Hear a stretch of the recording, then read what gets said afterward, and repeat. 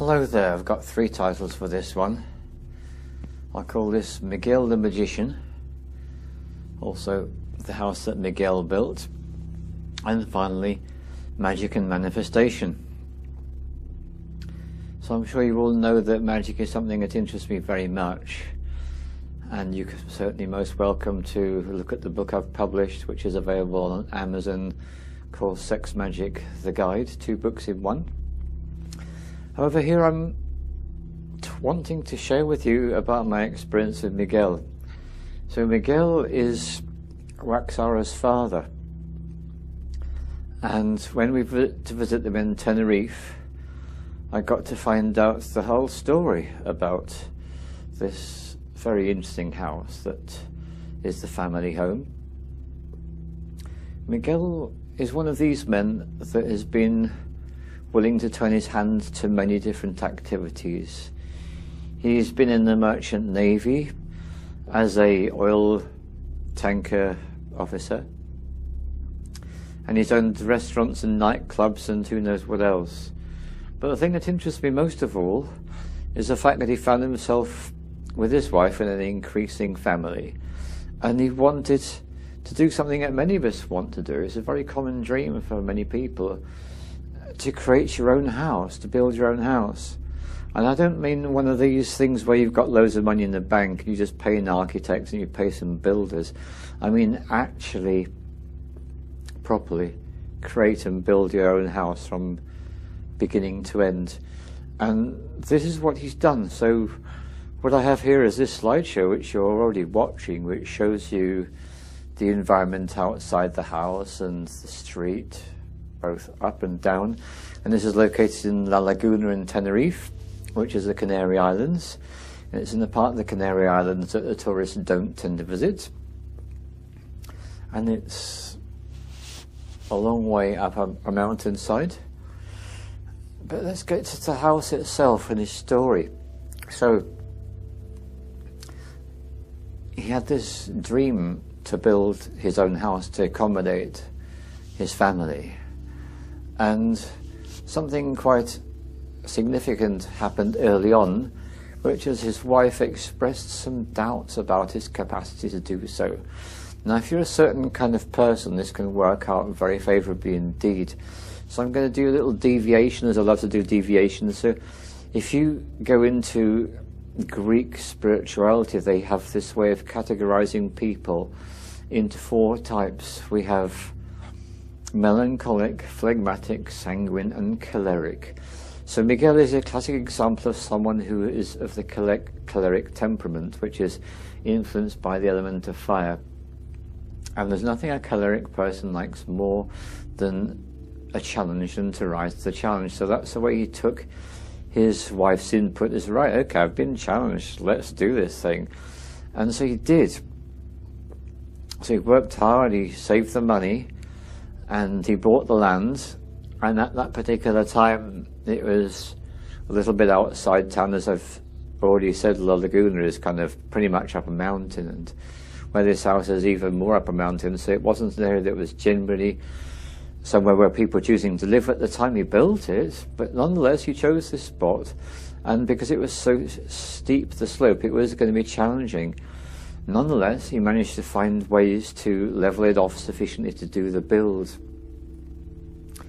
And this house is where he's brought up their 5 children, 4 girls and a boy.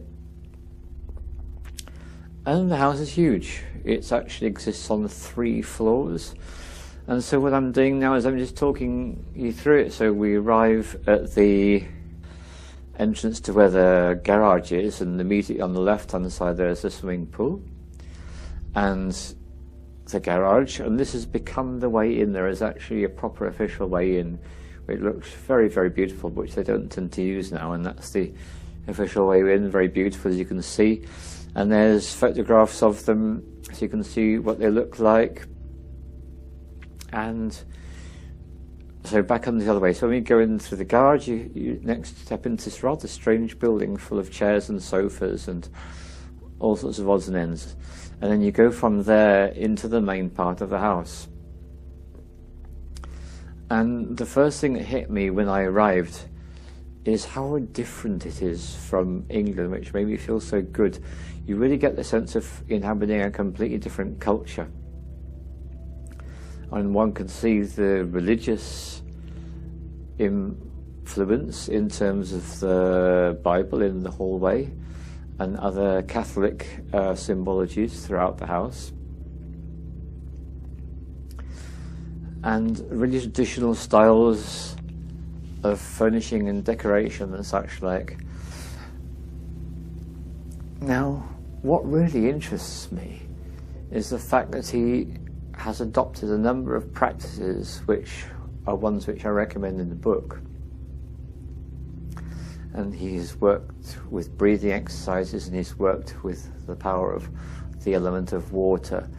And he's created his own ceremonies which he's used to harness his intent. So when people ask me what magic is, well, this is it. Everyone has the capacity to be a magician.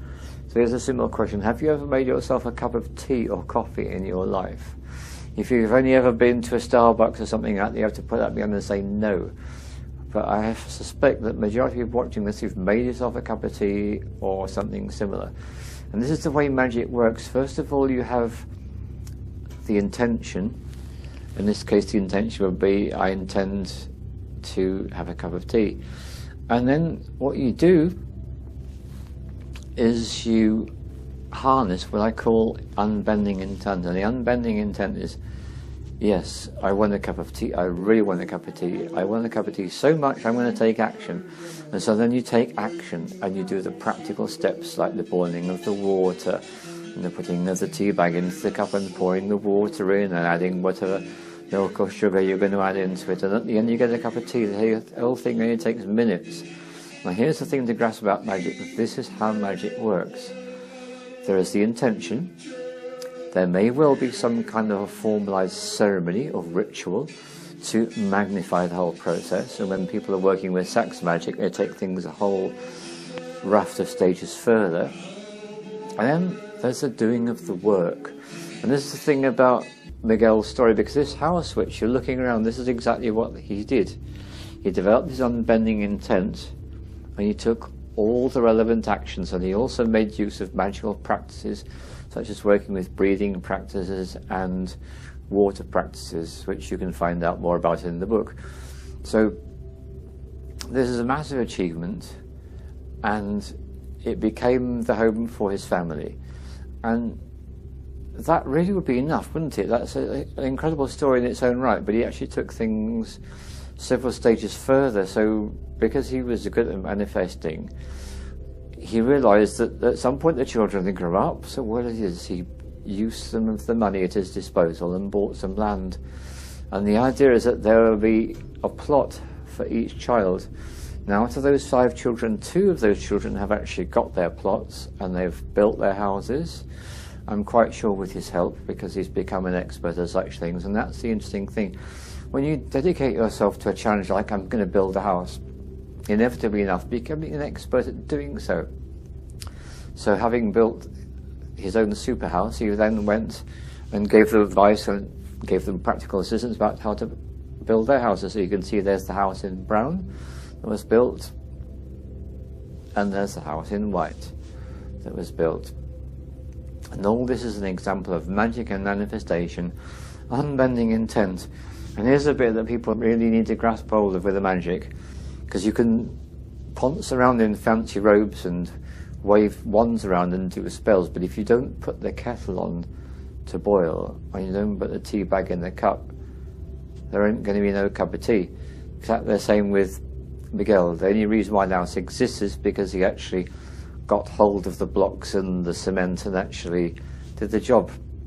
And his family was so engaged and inspired by all this that they helped out. So the children, the 4 girls and the boy, they were actually part of the people that built this house. So it's a pretty extraordinary house, and you've had a chance to see a lot of the rooms. There's actually 3 floors to this house. And here's the other thing I want to talk about. This is something that my father gave to me. It's a gift he gave to me, and I didn't understand it at the time, but this is the way he put it. He said, well, now your circumstances have changed. What you want is something different from your life.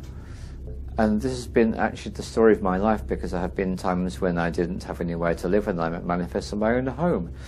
There's times when I was living in the city and I was highly sensitive and electrosensitive and couldn't bear the electromagnetic radiation, and what I needed to do was to move out into the country. And so I did, and I found myself living in 225 acres in North Lancashire. And in the book Sex Magic, it tells you all about exactly how that was manifested using sex magic. It's all in there. So this is it really when it comes to magic.